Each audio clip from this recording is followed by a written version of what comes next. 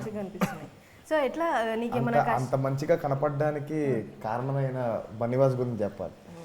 బన్నీవాస్ గారు చాలా కష్టపడ్డారండి. ఎందుకంటే ఎప్పుడు అంటే వర్షాకాలంలో తీద్దామని వెళ్ళినప్పుడు కూడా వర్షం పడలేదు, మొత్తం ఎండ కాస్తుంది.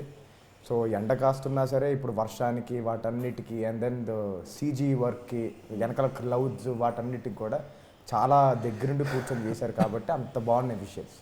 అండ్ విజువల్స్ ఇప్పుడు సినిమాటోగ్రఫర్ సమీర్ గారి గురించి మాట్లాడాలి ఆ విషయం కనిపిస్తే. బికాస్ మేము ఒక అట్మాస్ఫియర్ జూలై ఆగస్ట్ ఆ టైంలో అమలాపురం వెళ్ళాం, ప్రాపర్ వర్షాకాలం. కానీ చాలా సమ్మర్లో ఎంత ఎండ ఉంటుందో అలాంటి ఎండ ఒక్కపోతే ఉండేది. మనం సినిమాకి అనుకునే కలర్ రావడానికి సమీర్ గారు కూడా చాలా కష్టపడ్డారు లైటింగ్ విషయంలో కానీ అని. He's done a brilliant job. So అందుకనే ఈరోజు అలా ఉంది ఫుటేజ్. సూపర్ ఉంది అసలు ట్రైలర్ ఇది మస్తు ఉంది.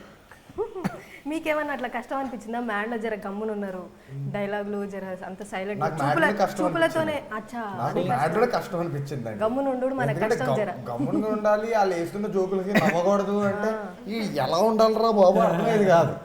సో ఇక్కడైతే న్యాచురల్ గా ఓకే ఆడు జోక్ వేసాడు నవ్వచ్చు, ఈడి చేసాడు చేయొచ్చు. సో ఇది నాకు ఇంకా ఈజీ అనిపించింది అండి.